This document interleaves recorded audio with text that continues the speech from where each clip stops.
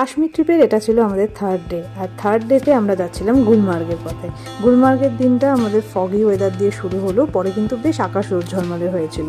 কিন্তু দিন শেষে আমাদের জন্য কি ঠান্ডা যে অপেক্ষা করেছিল সেটা সকাল সকাল জানা ছিল না। প্রথমে গন্ডোলার জন্য অনেকক্ষণ লাইনে দাঁড়িয়ে আমরা ফেজ 1-এ চলে যাই কেবল কারে করে। আর সেই দৃশ্য তো অপূর্ব সুন্দর ছিল। ফেজ 1-এ গিয়েই আমরা প্রথমে স্লেজ করে নিই, আর তখন যেহেতু রোদ ছিল বেশ আনন্দ করছিলাম আমরা।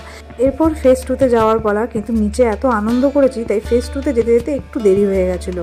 তাই ওখানে পৌঁছে দেখলাম অসম্ভব বেশি ঠান্ডা লাগছে দুপুর 3টেতেও। ওখানে সদ্য উনুন থেকে নামানো ম্যাগি আমরা ফু না দিয়েই খেয়ে নিচ্ছিলাম, এতটাই ঠান্ডা ছিল।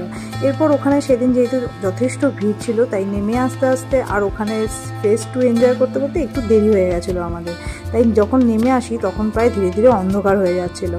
বরফাবৃত পাহাড়ে অন্ধকারের মধ্যে দাঁড়িয়ে থেকে এত ঠান্ডায় জমি কুলফি হয়ে গেছিলাম সেদিন আমরা পুরো।